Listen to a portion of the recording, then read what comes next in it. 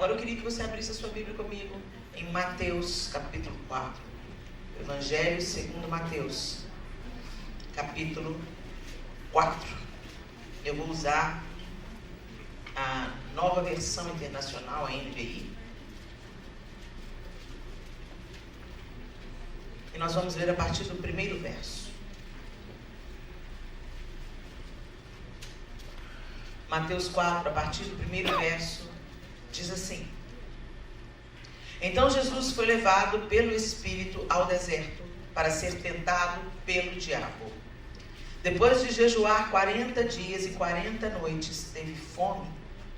O tentador aproximou-se dele e disse: Se és o Filho de Deus, manda que estas pedras se transformem em pães. Jesus respondeu: Está escrito, nem só de pão viverá o homem, mas de toda palavra que procede da boca de Deus. Então o diabo levou a cidade santa, colocou-o na parte mais alta do templo e lhe disse: Se és o Filho de Deus, joga-te daqui para baixo, pois está escrito, ele dará ordens a seus anjos a seu respeito, e com as mãos eles o segurarão, para que você não tropece em alguma pedra.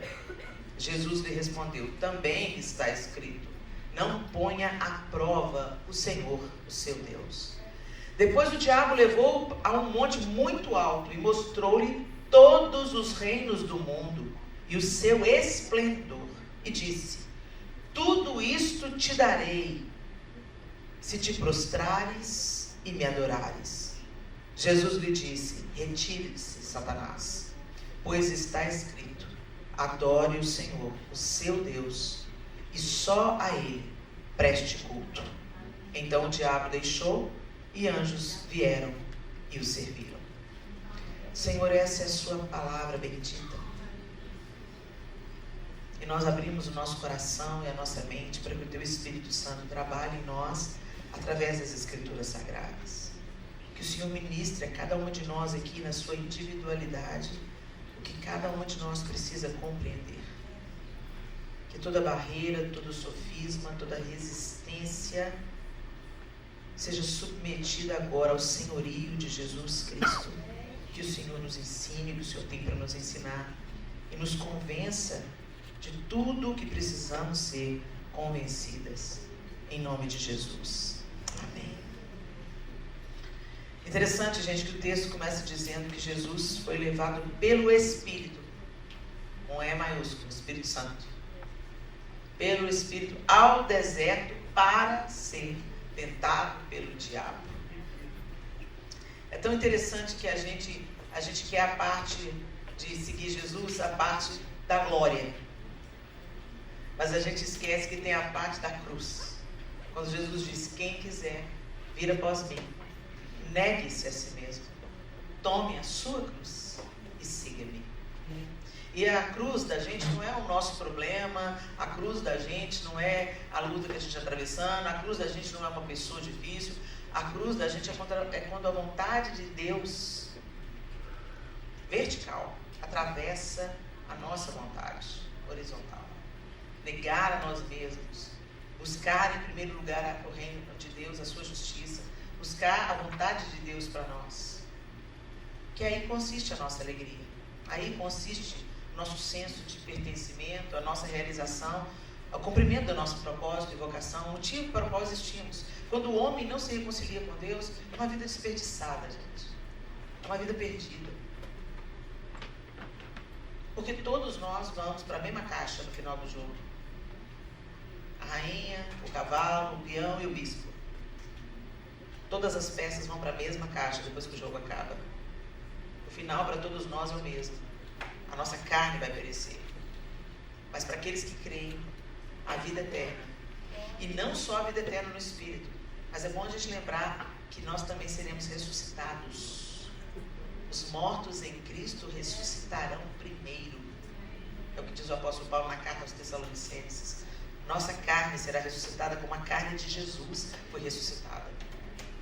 Então tem um propósito também, quando o Espírito Santo gentilmente nos conduz ao deserto. E ali, era a antecipação de algo poderoso que estava para inaugurar, o ministério de Jesus. Ele sai do Jordão e vai para o deserto. Ele sai do batismo, da confissão pública. Gente, vamos entender, Jesus não precisava de ser batizado. O batismo era a simbologia de morrer para o velho homem e nascer para Deus, de ser purificado dos seus pecados. Era isso que significava aquele banho ritual, aquele ato simbólico de purificação de pecados. Jesus tinha pecado, gente. Ele não precisava de ser batizado. Mas ele queria cumprir em tudo a vontade de Deus, evidenciar em tudo a vontade de Deus na sua própria vida. Por isso, quando ele vem, João Batista fala assim: é eu que preciso ser batizado por ti, você que vem a mim. E ele fala: convém que cumpramos a vontade do Pai. Quando ele se submete a isso, Deus se alegra nele. O céu é fendido, o Espírito Santo vem em forma de uma pomba, e se escuta uma voz do céu dizendo: esse é o meu filho amado, em quem eu tenho prazer. Então, brilhar a luz de Cristo sempre vai envolver obediência, mesmo quando a gente não está entendendo nada. E aí, depois desse momento grandioso, ele é conduzido ao deserto pelo Espírito Santo para ser tentado pelo diabo. E ele jejua 40 dias e 40 noites.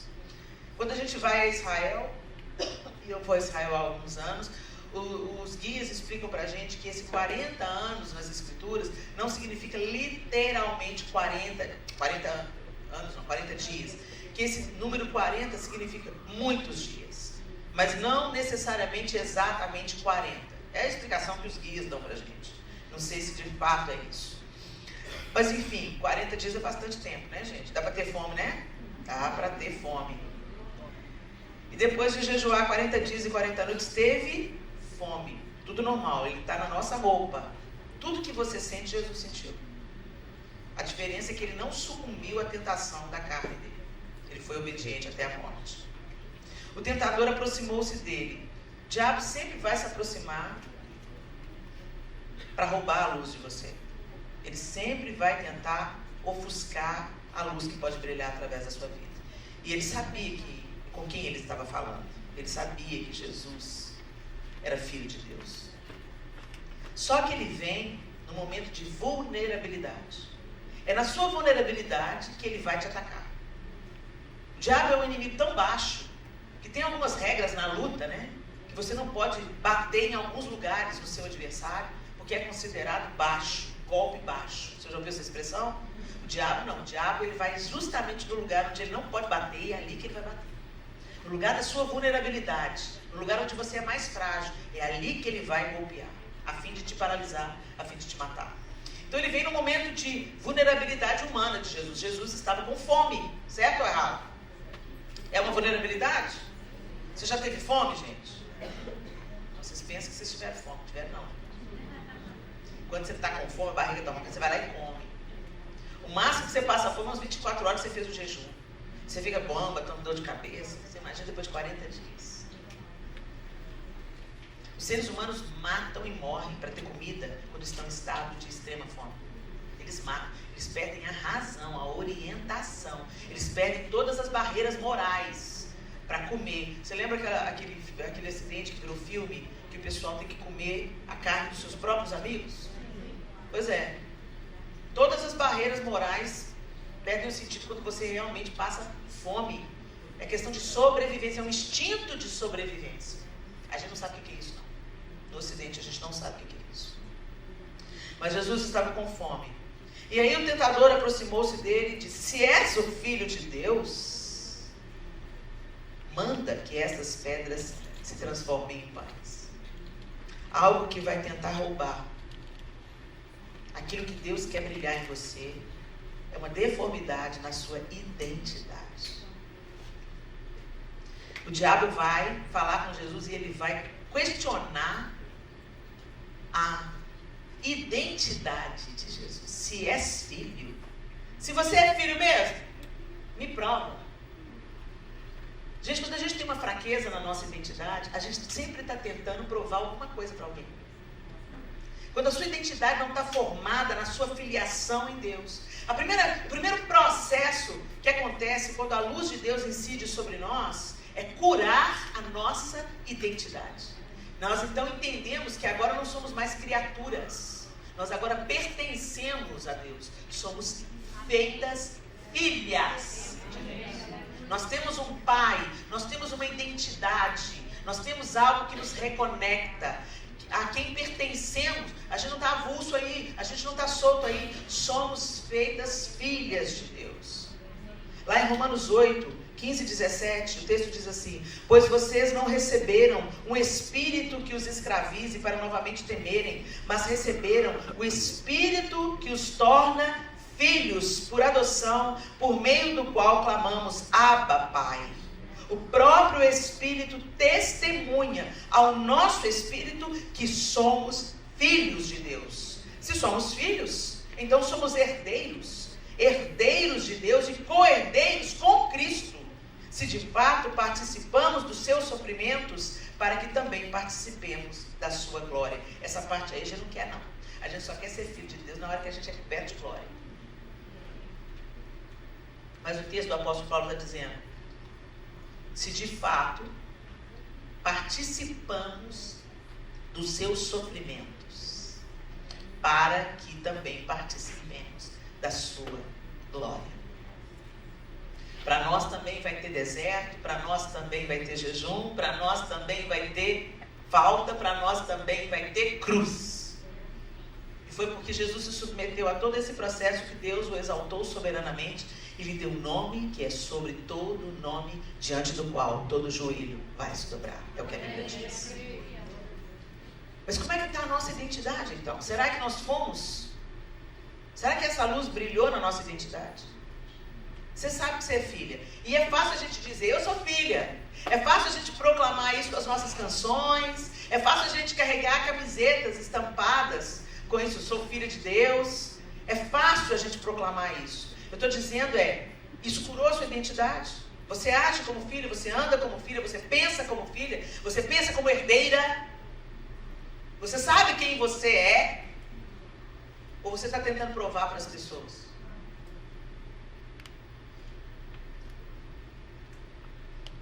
Quando nós temos uma identidade curada em Deus, não interessa o que os outros falam a seu respeito. O que mais interessa é o que Deus pensa a seu respeito. O que a palavra de Deus diz a nosso respeito. Eu sou o que a Bíblia diz que eu sou. Eu tenho o que a Bíblia diz que eu tenho. Eu posso o que a Bíblia diz que eu posso. A nossa identidade muitas vezes está capenga.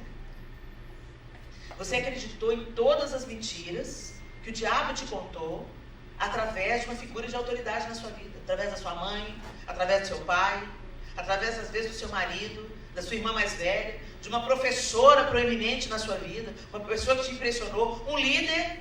O diabo te limita, te engana e você fica vítima de uma ideia distorcida porque você não deixa Deus restaurar a sua identidade. E isso apaga o brilho que Deus quer fazer em você. Então você fica mendigando afeto. Você fica procurando se afirmar através daquilo que você faz. Deixa eu te dizer, o que você faz pode passar. Você pode sofrer um acidente que te impossibilite de fazer o que você faz. Eu estou tendo problema com a minha voz nas 2 últimas semanas. Uma tosse me acometeu e para eu cantar, eu não estou conseguindo cantar plenamente. Fiquei rouca, perdi a voz durante 3 dias. Isso nunca acontece comigo. Eu não sou só a minha voz. Eu não sou só o meu ministério. Eu não sou só aquilo que eu faço para Deus. O que eu faço para Deus pode mudar. O que eu faço na minha profissão pode mudar. O meu estado civil pode mudar. Eu sou casada, muito bem casada e feliz no casamento, mas eu posso me tornar viúva. Deus não permite. Isso que eu estou querendo dizer é que tudo na nossa vida pode mudar. De repente, de um dia para o outro. Então se você baseia a sua identidade naquilo que você faz, no seu estado civil, no dinheiro que você ganha, na casa que você mora, deixa eu te falar, você está construindo sua casa sobre areia, minha linda. Qualquer tempestade derruba a sua casa, acaba com a sua vida. Deus quer que a gente firme a nossa identidade nele, em quem nós somos, quem ele diz que nós somos. E nós somos filhas, isso não muda, esse status não muda. Ainda que eu morra, eu sou filha de Deus. Eu serei ressuscitada porque eu sou filha de Deus. Eu vou morar eternamente com o Senhor e serei governada por Ele porque eu sou filha. É tudo sobre isso. Mas às vezes você está andando aí, ó, capenga, arrastando a angústia, a culpa, a mágoa, a falta de perdão, porque sua mãe te disse que você não ia dar nada na vida, seu pai disse que profetizou que você ia ser uma prostituta, tanta besteira aconteceu, tanta gente foi usada para falar que você não é, e você acreditou. Imagina se Jesus entra na pira do diabo. Se és filho de Deus, faz um pãozinho aí, quero ver, me prova. Jesus não sabia tanto quem ele era. Tem que te provar nada, querido. Tem que te provar nada. Eu sou. Eu sou. Quando Deus fala aqui no Moisés, quem é o Senhor? Deus fala com Moisés, eu sou. Ele falou, eu tenho, eu criei. Eu sou. É essa identidade que Ele quer plantar em nós. Tantas mulheres não brilham a luz que quebra a escuridão, porque são cativas na sua identidade passada. Eu não venho de uma grande família, Helena. Meu pai não foi pastor. Eu não sou inteligente o suficiente. Quem disse? Quem disse? Gente, até poucos anos na minha vida, eu me sentia completamente incapaz intelectualmente. Completamente incapaz. E por quê? Porque eu tenho dificuldade com matemática. Casei com um professor de matemática. Olha como é que Deus é bem-humorado. Eu gostava muito da matemática até a 4ª série. Quando chegou na 5ª série, eu entrei para a 5ª série, tem aquela mudança, né? E aí, em casa, minha mãe trabalhava o dia todo, tinha que trabalhar para a gente comer, né, para ajudar o meu pai. Minha mãe nunca trabalhou fora para fazer carreira, ela trabalhou fora porque realmente precisava do dinheiro dela para sustentar a nossa casa junto com o meu pai. Então, as empregadas domésticas aqui não exigiam nada de mim, né? Você já fez uma tarefa? Então, fui para a escola e não fiz a tarefa. Aí a professora me deu uma notificação de que eu não fiz exercício. E quem ganhava notificação naquela época tinha que ficar na escola depois da escola para limpar a escola. Escola municipal, né, gente? Não tinha funcionário suficiente. O castigo era limpar a escola. Não me arrancou pedaço não, muito pelo contrário. Só que quando eu saí para ir embora para casa, eu fiz a tarefa que a pessoa que estava administrando os meninos que levaram aviso, né? Depois da aula, quando eu terminei a tarefa, eu saí da escola, o ônibus especial que me levava para casa, eu já tinha ido embora. Eu não conhecia o caminho, tinha 11 anos de idade, eu fui fazendo todo o caminho, percurso do ônibus. Então, demorei muito, mas cheguei em casa, no sol de meio-dia. E eu não estava acostumada a andar longas distâncias. Gente, eu andei muito para chegar em casa. Demorei mais de 1 hora para chegar na minha casa, faminta, suando. Peguei birra da professora. Aí essa professora estava grávida e saiu de férias. Entrou outra no lugar dela. Quando a outra entrou na sala, eu achei ela maravilhosa. Alta, linda, com guarda-copo branquinho. Ela era elegante, andava de salto. Só andava de vestido. Depois, com os anos, ela passou a usar calça. Mas ela andava só de vestido, com aquele guarda-copo acompanhando o vestido, na altura do vestido. Uma lindeza. E eu ficava, nossa, tipo assim, aquelas coisas, modelo de menina, né? Ah, eu quero ser assim. Quando eu crescer, eu quero ser assim, né? E tal. Só que eu já estava estragada com a matemática. Tinha birra da matemática. Comecei a tirar notas muito baixas. E essa professora, ela fazia o quê? Ela selecionava as provas para entregar, para devolver os resultados, em ordem de resultados. Então, os piores alunos recebiam a prova primeiro e os melhores alunos recebiam as provas por último. Eu estava livre, 1, 2 e 3. Não dava para esconder, gente. Todo mundo da sala já sabia que os primeiros eram os últimos. E que os últimos eram os primeiros. Parece bíblico, mas não era. Aquilo derrubou a minha autoestima. Ela pregava as provas e falava assim, Helena, aí vinha assim, como se estivesse com nojo da prova. Vai fazer um colar com tanto zero que está ganhando. E a turma tinha essa reação. Humilhante. Isso foi me travando. 5ª série, bomba. Nota azul em tudo, boas notas em tudo. Matemática, reprovação. E você tinha que repetir tudo, gente. Diz negócio de fazer uma matéria só, dependência. Você tinha que repetir tudo. Aí, fiz a 2ª, 5ª série, ela não foi minha professora. Passei. 1ª, 6ª série. Ana Lúcia entra na sala. Tomei bomba. 2ª, 6ª série, Ana Lúcia não foi minha professora. Passei. 7ª série. Quando ela entrou na sala, eu falei, tomei bomba. Ela falou, Helena, você tá aí de novo? Tomei bomba. Ela me paralisava. Um dia ela me chamou no quarto e disse, Helena, vai no quarto. Eu fui tremendo. Aí eu fui fazer um exercício de matemática que começava com Z igual, abre chave. Me chama aí, João. Hã? Conjuntos numéricos. Fui fazer o conjunto numérico. Aí o Z igual, abri a chave. Quando eu abri a chave, ela... O que é, Helena? Nós vamos te voltar para o maternal? E toda a sala começou a rir. E eu não entendi o que tinha acontecido, o que eu tinha feito de errado. Eu mal tinha começado a fazer o exercício. Eu escrevi o Z espelhado. Até hoje eu tenho dificuldade com o Z. Tenho que pensar 2 vezes antes de fazer o Z. Não sou dislexa, mas tenho dificuldade com o Z. Gente, aquilo... Eu amaldiçoava. O dia que ela entrava na sala, eu falei, não acredito, essa mulher é minha professora de novo. Toda admiração virou medo, virou tristeza, virou angústia, virou pânico. Me paralisou. Tomei bomba na 7ª série. Aí ela não foi mais minha professora, fui até o 3º ano. Quando eu cheguei no 3º ano do ensino médio, meu professor também não era bom, não. Aí, um dia eu estava apontando a lapiseira, ele virou para mim e falou assim, tá apontando por quê? Não vai conseguir fazer essa prova. Matemática. 3º ano do 2º grau, tomei recuperação. Passei tudo, tomei recuperação em matemática. E eu falei, eu não vou passar, eu não vou passar, eu não vou passar, eu vou tomar bomba no último ano. Aí o João já namorava comigo, me deu aula particular. E ele explicava a matéria para mim, e ele disse, agora faz a questão. Ele não fazia questão. Eu não sei, eu não sei, eu não sei. E ele disse, você sabe, você acertou, tá certo. Eu choro. O sofisma estava tão fortalecido na minha identidade, na minha cabeça, eu não sou inteligente, eu não sou capaz, eu vou fracassar. Passei na recuperação. E a partir dali, eu comecei a ter dificuldade de encontrar uma vocação. Durante anos e anos, eu sonhava que eu estava voltando para a escola, porque alguma coisa não estava completa.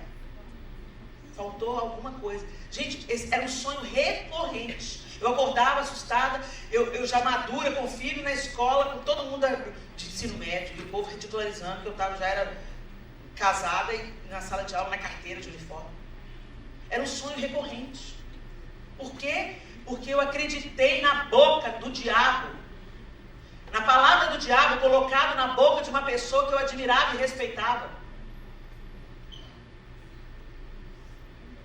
Mesmo que seja uma pessoa de autoridade na sua vida, uma pessoa importante para você, ela não é Deus na sua vida. Não é ela que diz que pensamentos que tem a seu respeito.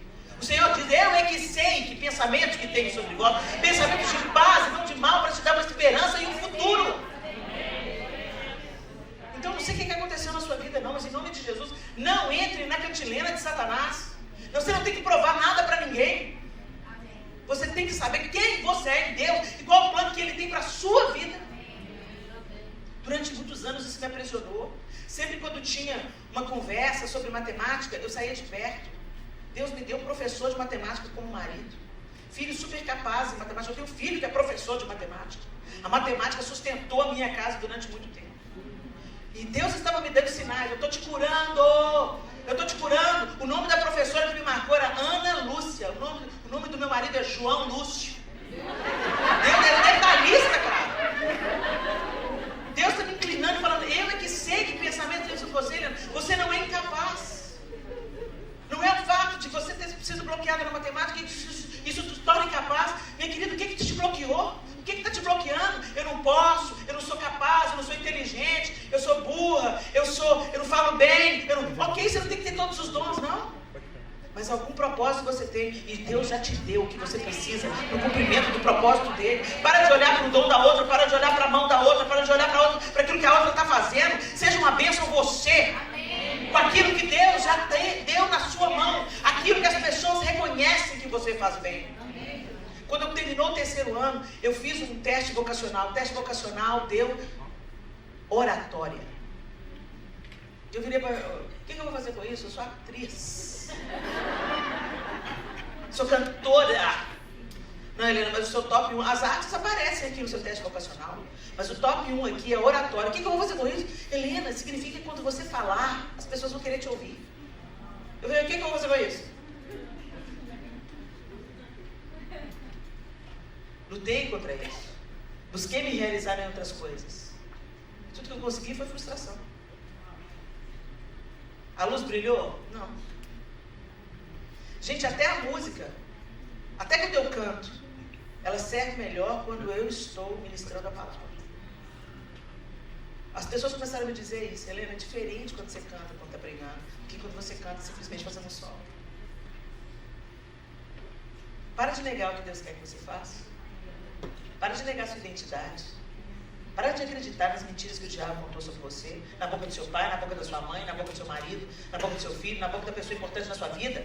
As pessoas importantes da sua vida não são mais importantes do que o seu Criador. E ele diz, eu é que sei que pensamentos que tem. É de crucial importância, se a gente quer quebrar a escuridão, aceitarmos a nossa identidade em Deus, deixarmos que Ele cure a nossa identidade. Vivermos a nossa identidade. Eu sou filha, eu não tenho que provar nada para ninguém. Eu só tenho que fazer muito bem feito o que Deus me deu para fazer. Se é fazer unha, que eu seja a melhor manicure.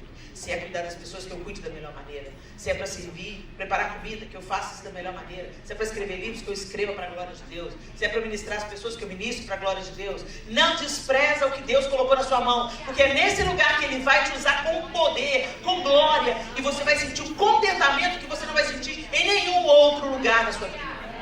Então para de tentar ser famosa aos olhos dos outros, para você ser aceita pelos outros, de acordo com aquilo que você desempenha. Não é o que você desempenha que os outros aprovam, o que você desempenha e Deus aprova. Jesus sabia disso. E Ele diz, nem só de pão viverá o homem, mas de toda palavra que procede da boca de Deus. Você não vive apenas do que... Você não vive do que os outros te dizem. A palavra que procede da boca de Deus sobre o seu respeito. Você não tem que provar nada para ninguém. Então o diabo levou a cidade santa, colocou-o na parte mais alta do templo e lhe disse, se és o filho de Deus, joga-te daqui para baixo, pois está escrito. Aí ele veio com a escritura. Satanás conhece a Bíblia mais do que eu sei, tá? Por isso você precisa estudar. Você precisa ter a palavra dentro de você, porque senão Satanás vai te vencer usando até a palavra. Se você não discerne espiritualmente as coisas, Satanás às vezes vai usar um anjo. Ele dará ordens a seus anjos a seu respeito, e com as mãos eles o segurarão, para que você não tropece em alguma pedra.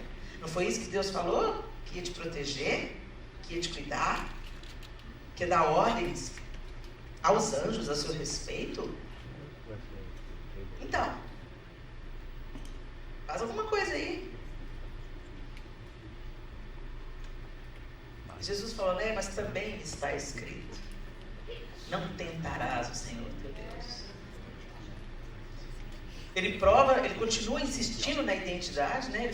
Ele continua na segunda vez, ele fala, se és filho de Deus, salta daqui. E na verdade, gente, nós não temos que, a mesma coisa, continuar provando nada para o diabo.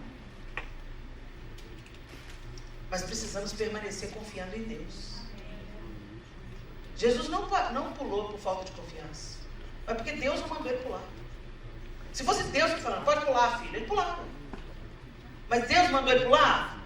Foi o diabo que estava mandando ele pular. Ele obedece o diabo? Não. Mas também está escrito, não tentarás o Senhor teu Deus. Eu temo a Deus, eu confio em Deus. E ele mandou eu pular, não mandei, não tenho que te provar nada. Vocês, porém, receberam dele a unção, e ela permanece em vocês, de modo que não precisam que alguém lhes ensine a verdade. Pois o que a unção lhes ensina é verdade e não mentira. E é tudo que precisam saber. Portanto, como lhes ensinou a unção, permaneçam nele. Agora, filhinhos, permaneçam nele para que, quando ele voltar, estejamos confiantes e não nos afastemos dele envergonhados. Porque sabemos que ele é justo, também sabemos que todo que pratica justiça é nascido de Deus. 1 João 2, 27, 29. Permaneça em confiança. Confie em Deus. Você precisa de estar com a sua identidade firmada em Deus para que a luz dele brilhe através de você. E você precisa confiar em Deus. É outra coisa que a gente fala muito, mas não confia em nada, gente. Você entrega suas orações para Deus, daqui a pouco você está pegando de volta. Você entrega os seus nós para Deus, depois fala assim, eu posso dar ajudinha? Senhor, eu posso dar uma sugestão? Ou Senhor, levanta o profeta lá para minha filha. Sabe como a gente fica dando sugestões para Deus? Confie. A fé é a confiança absoluta. E sem fé é impossível agradar a Deus. Se nós nos aproximamos de Deus, nós devemos nos aproximar crendo que Ele é Deus, que Ele pode todas as coisas, em confiança plena. Nós precisamos confiar que Ele nos salvou, que o fato de nós crermos em Jesus, recebermos o sacrifício da cruz, deixarmos sermos moldados pela confiança que as Escrituras Sagradas são a sua palavra bendita, é nessa confiança que nós vamos até o último dia, onde seremos aprovados por Ele. Eu me lembro que eu sonhei, há um tempo atrás, com um arrebatamento. E eu sonhei que a janela do meu quarto se abriu numa porta e abriu um corredor, um piso, que o meu quarto fica no segundo andar. Então abriu um piso que igualava, que eu podia andar sobre o piso. E aí eu vi o céu. E quando a janela do quarto abriu, eu levantei da minha cama, saí pela janela que se transformou numa porta, andei pelo corredor. E quando eu olhei, eu ouvi um tanto de barulho, sons de celebração, de empolgação. E eu comecei a perceber que tinha tanta gente subindo. Eu comecei a olhar, eu falei assim, meu Deus, é um arrebatamento. Quando eu olho para cima, o céu tem uma luz enorme atrás das nuvens, mas eu não sabia o que era. Mas eu soube no meu coração, eu não estava vendo o que era, mas eu soube, é Jesus. Jesus está voltando. Jesus está voltando. E a igreja está subindo. E eu fiquei olhando para ele, mas todo mundo estava subindo e eu não. Eu olhei para mim, todo mundo subindo e gritando e eu não. E eu comecei a fazer assim, para ver se eu subia. Eu dando um impulso para ver se eu subia. E eu não subia. Eu falei, meu Deus, eu não acredito nisso. Por quê? Não vou. E aí, dentro de mim, uma voz falou assim, é pela graça. Aí não é pelo meu mérito, não é pela minha condição, é porque eu creio, é pela graça. Eu comecei a flutuar. Subi a sensação, gente, indescritível. Eu comecei a olhar para as pessoas, eu comecei a gritar, aleluia, gritar uma empolgação. E eu olhei para trás, vi mais abaixo, assim, meu pai também subindo. Eu, pai, é Jesus, pai, é Jesus. E quando eu olhei para o céu, eu ia passar da nuvem. Quando eu ia passar da nuvem, eu veio o amado da minha alma, eu acordei. Mas eu acordei cheia de Deus.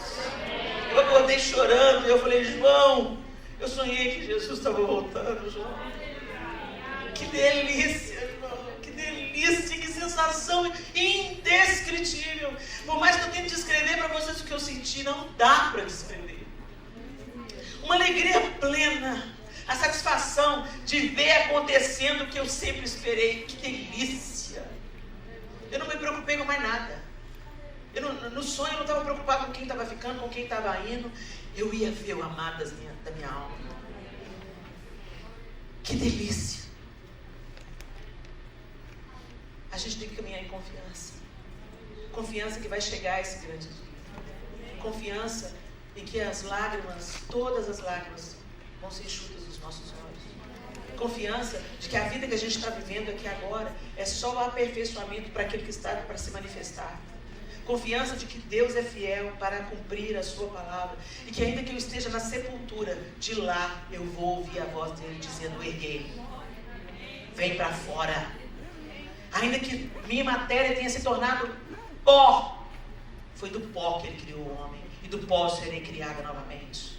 Os mortos em Cristo ressuscitarão primeiro. É o que Tessalonicenses diz. E vão se encontrar com Jesus nos ares. depois os que estiverem vivos. Gente, é poderoso demais. Mas a gente coloca a nossa confiança no aqui, no agora, nas nossas posses, nas nossas possibilidades, nos nossos dons, nos nossos talentos. A nossa confiança não está em Deus. A nossa obediência não é para Ele. Nós nos submetemos ao Deus desse século, mas não nos submetemos àquilo que Deus mandou a gente fazer. Jesus não. Jesus sabia que não tinha que provar nada, porque a identidade dele estava firmada em Deus. E ele sabia que Deus era fiel para sustentá-lo, mas que ele não ia tentar Deus, porque Deus não tinha ordenado, não tinha chegado o momento. Nós precisamos de caminhar nessa confiança. E finalmente, Satanás leva Jesus ao lugar mais alto do templo. E ele mostra todos os reinos do mundo. E ele não falou nessa hora, ele não falou mais sobre identidade. Ele tenta Jesus, para Jesus querer possuir mais. Tudo isso te darei, se te prostrares e me adorares. Ele tenta uma barganha, uma proposta de poder. No outro evangelho, acho que é Lucas, ele fala: tudo isso te darei, porque tudo isso me foi entregue. Ou seja, o mundo hoje pertence a Satanás. Pertence. Fala: eu te darei isso tudo, se você prostrar e me adorar. É muito simples, é só você se ajoelhar. É só você se dobrar diante de mim. Você vai ter tudo que você quer. Insistente ele, né? O mundo está entregue a Satanás por concessão, não pertence a ele. Está entregue a Satanás porque Deus está permitindo. Porque na hora que o Senhor falar chega, chega. Ele é o soberano, Ele é o Criador, Ele é o legítimo proprietário. Ele não é o ocupador da terra, Ele é o dono. Mas Satanás se sente dono. E ele tem poder, e ele oferece para você algumas coisas. Será que nós estamos sendo, nosso brilho está sendo opaco por causa daquilo que a gente tem negociado com Satanás? Vocês vieram para uma terra onde Mamon é o Deus. Nós nos acomodamos aos confortos dessa terra. Estou dizendo que é pecaminoso você ter conforto, ter uma vida boa. Mas eu tenho que te alertar, isso te aleja espiritualmente. Porque quando você tem tudo, você acha que você não precisa de nada. Você não sente falta de nada. Muitos de nós só nos lembramos de Deus quando estamos numa cama doente, impossibilitada de trabalhar. Você, se não trabalha, não ganha. Aqueles que eram seus amigos te abandonam. Ou você tem um diagnóstico de morte terminal. Né? Olha, não tem jeito. Você pode ter o dinheiro que você tiver. O dinheiro do Steve Jobs não pode fazer nada por ele. Essa é a real, gente. Seu dinheiro também é temporário. Os bens dessa terra, o conforto que você tem, pode ser tirado de uma hora para outra. E aí, vai ficar o quê? Quem você vai ser sem dinheiro? Quem você vai ser sem amigos? Quem você vai ser sem a sua profissão, sem o poder, sem o seu diploma? Gente, até o conhecimento, de uma certa forma, pode ser tirado. Você bate a cabeça, perde a memória. A gente se envaidece por causa de quê? A gente é dono de quê? Mas Satanás continua financiando projetos de poder. Você não tem tempo para Deus, não tem tempo para os seus devocionais, mas está se matando de trabalhar. Mas quando estiver no leito, é de Deus que você vai lembrar. É a Ele que você vai pedir misericórdia? Que não seja assim, minhas irmãs. Que o brilho de Jesus nos livre de nós nos tornarmos escravas de Satanás através do nosso conforto material.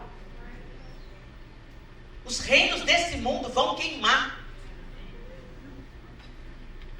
As nações serão abaladas. E você vai estar como nesse dia, se você estiver viva? Você vai estar junto com os desesperados, querendo fazer bunkers, estocar comida? Ou você vai estar se alegrando no Senhor porque a profecia está se cumprindo e você sabe de que lado você está?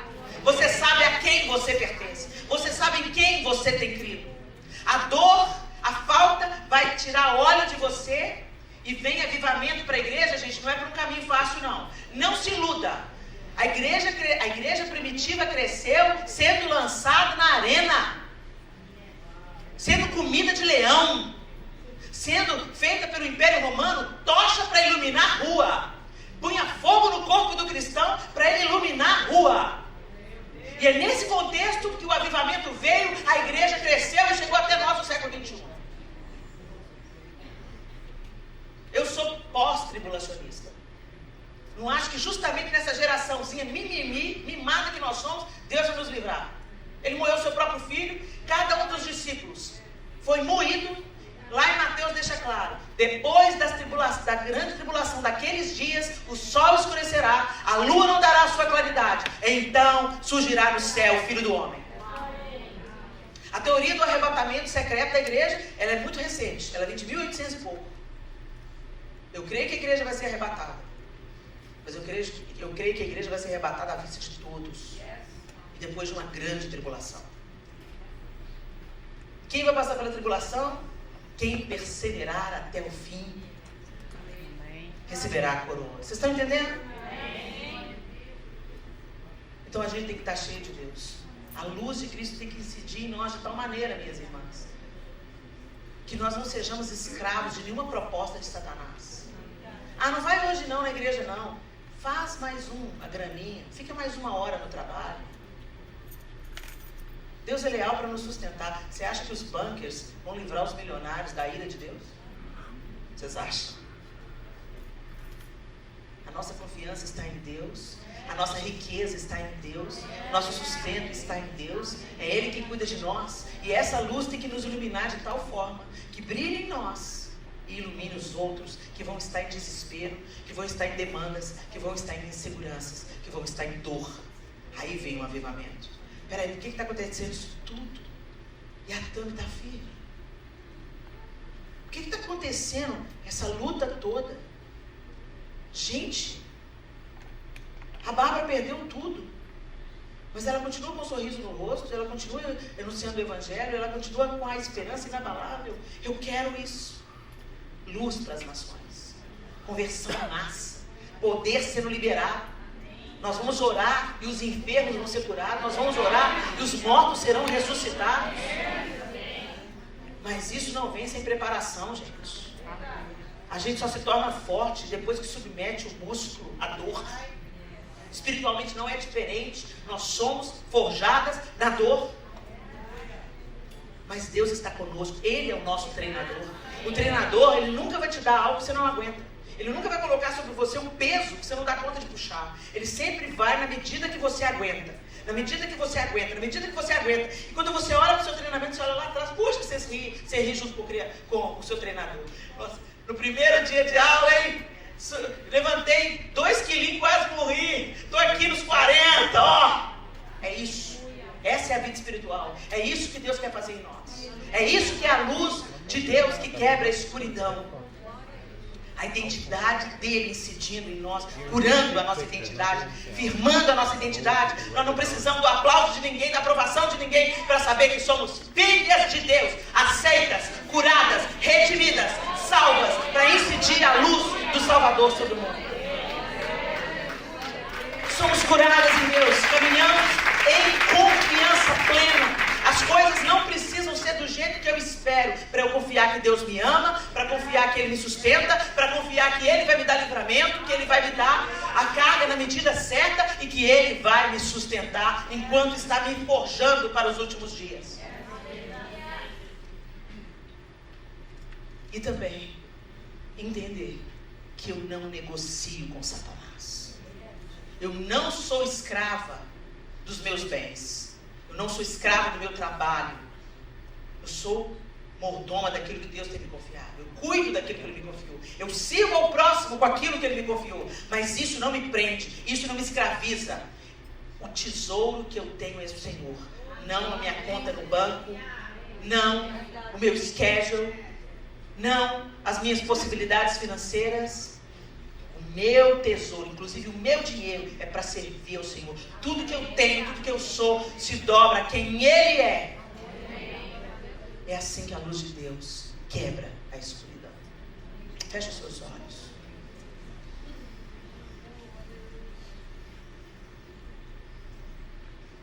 Você é filha.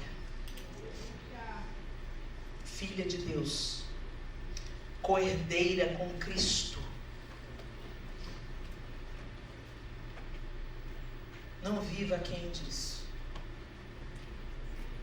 Talvez os sinais e maravilhas não se operem em nós como operaram em Jesus e nos discípulos, porque nós estamos apegadas a tantas coisas ainda, tão meninas ainda, tão infantis, tão donas dos brinquedos. O Senhor não vem buscar uma noiva menina, Ele vem buscar uma noiva pronta, madura.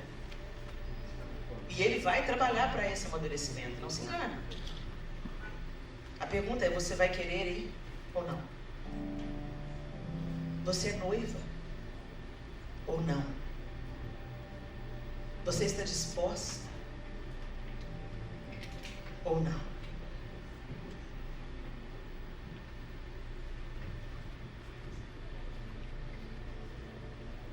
Assim, façam morrer tudo que pertence à natureza terrena de vocês.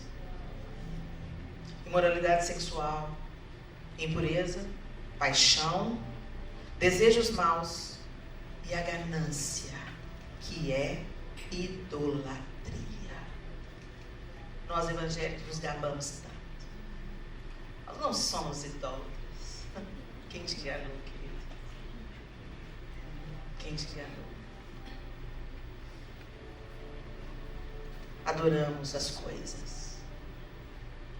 Adoramos possuir. Nos devotamos a isso. Gastamos horas nisso. Talento, tempo. Investimos para ter. A ganância é idolatria. O que tem que ocupar os nossos desejos, as nossas aspirações, é mais dele. Mais dele. Mais de ti, Jesus. A pessoa de Jesus nos preenche. E se você não se enche dele, você vai ficar vazia. E se você ficar vazia, o diabo vem te propondo outras coisas para te encher. Uma roupinha nova, uma bolsa mais cara. Você merece mais. Trabalhe um pouco mais. Não, gastar tempo com seus filhos? Não, eles crescem, depois nem lembram de você. Invista aí em você. Seu casamento? Seu marido não é seu pai, não.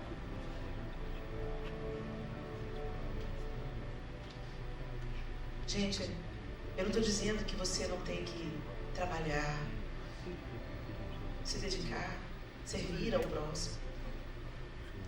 Mas isso é consequência de uma vida aos pés do Senhor.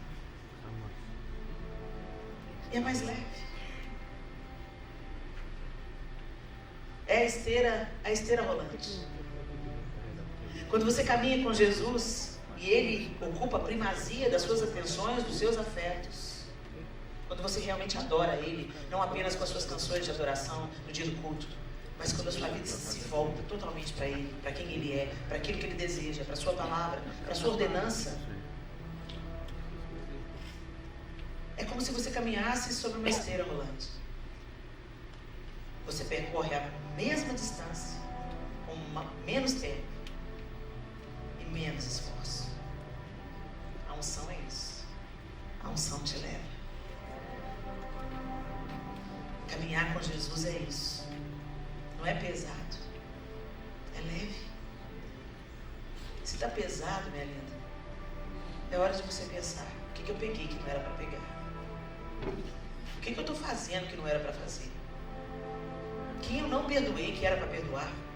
Porque o fardo de Jesus é leve. E Ele diz: vinde a mim. Você que está cansado, sobrecarregado, vinde a mim, a minha pessoa. Eu vou pegar o seu fardo e toma sobre você o meu, porque o meu é leve, ele não vai te pesar. E Ele não para por aí, Ele fala assim: aprendei de mim, Senta aqui comigo, fica comigo. Aprenda comigo a ser mansa e humilde de coração. Humilde de coração, a gente desiste da ganância. Tantas das coisas que a gente corre atrás é para provar para o outro, mostrar para o outro que você venceu na vida. Orgulho. É para dar para os seus filhos o que você não teve. Inclusive o que você não teve fez de você quem você é. Por isso nós estamos gerando uma geração fraca. Uma geração sem resistência, sem resiliência. O menino corta os pulsos porque perdeu a namorada. E eles são fracos por nossa causa. Os músculos emocionais não foram trabalhados. Você poupa o seu filhinho de todo o sofrimento. Mas foi o sofrimento que fez você ser forte. Foi o sofrimento que fez você se levantar e começar de novo. Foi o sofrimento que te aperfeiçoou. Por que a gente está matando os nossos filhos, aleijando os nossos filhos, poupando os nossos filhos da frustração? Nós temos que orar pelos nossos filhos. Cuidar dos nossos filhos, sim, jamais negligenciá-los. Mas aprender a dizer não, a dar limite. Quando a frustração chegar, tentar mostrar para ele como que a gente pode aprender com isso, meu filho. Mamãe também passou por isso, meu filho. Fica firme aí, você vai conseguir vencer. O que nós estamos fazendo, meninas? Com a vida que Deus nos deu para viver. Não negocie com Satanás. Não sacrifique os seus filhos no altar de Mamon. Não sacrifique a si mesma no altar de Mamon. Desfrute das bênçãos que Deus tem para você. Mas não se torne refém delas. Tem uma canção que diz: me dê somente o que de imediato eu possa abandonar. Forte, né? Será que você pode abandonar hoje tudo que você tem para a glória de Deus? Talvez não. Mas o Senhor quer que a gente cresça nisso. Ele quer ir soltando as ataduras para que a gente não apenas caminhe na presença dele, mas a gente corra. Que a gente não seja manipulado por status, por poder, por dinheiro, por nada. Sejamos livres de fato. Jesus não tinha onde recostar a cabeça. Não tinha nenhuma túnica, uma capa. Não tinha bem nenhum. Ao mesmo tempo, ele é o mais rico de todos. Salomão não pediu riqueza, sabedoria. E Deus acrescentou riqueza. Deus tem bênçãos para nós? Tem. Ele é um pai amoroso, rico, dadivoso. Mas isso não pode nos prender. O que temos é para servir. Em bens, em recursos, em dons, em talentos, em tempo. O que temos está à disposição do Rei. É para a glória do Rei. É para abençoar pessoas. É para tocar a vida de pessoas. Que a gente viva essa liberdade, que a luz que vier da nossa vida, através dessa liberdade, de uma identidade curada, de uma confiança plena, e do fim de toda idolatria, toda cobiça, toda ganância. O nome do Senhor seja glorificado, a luz brilhe. O diabo olha para você e fala: não tenho onde eu prender. Depois de passar por isso, Jesus mais na frente diz: lá vem o príncipe desse mundo, e ele nada tem em mim. Nada. Será que nós vamos poder chegar nesse dia? De falar: lá vem o príncipe desse mundo, e ele nada tem em mim. Ah, Helene, isso só Jesus? Não, não. Sujeitai-vos a Deus, resisti ao diabo, e ele fugirá de vós. A luz dissipa as trevas. Dissipa as trevas. Senhor, nós te louvamos nessa manhã bendita. Nós agradecemos ao Senhor por esse tempo precioso. Jesus nos ensina. Que o Espírito de Deus nos ajude. O Senhor habita em nós, Espírito de Deus, a fim de que Jesus seja forjado em nós. Faça isso. Nós nos abrimos para o teu trabalho. Nós não queremos, Senhor, vivermos amarrados a uma identidade ferida, mas queremos ter a nossa identidade como filhas absolutamente restaurada, alinhada. Que não sejamos movidas pelo desejo de aceitação, mas que nos movamos sabendo que já somos aceitas. Nos ensine a confiar, Senhor, mesmo quando for difícil.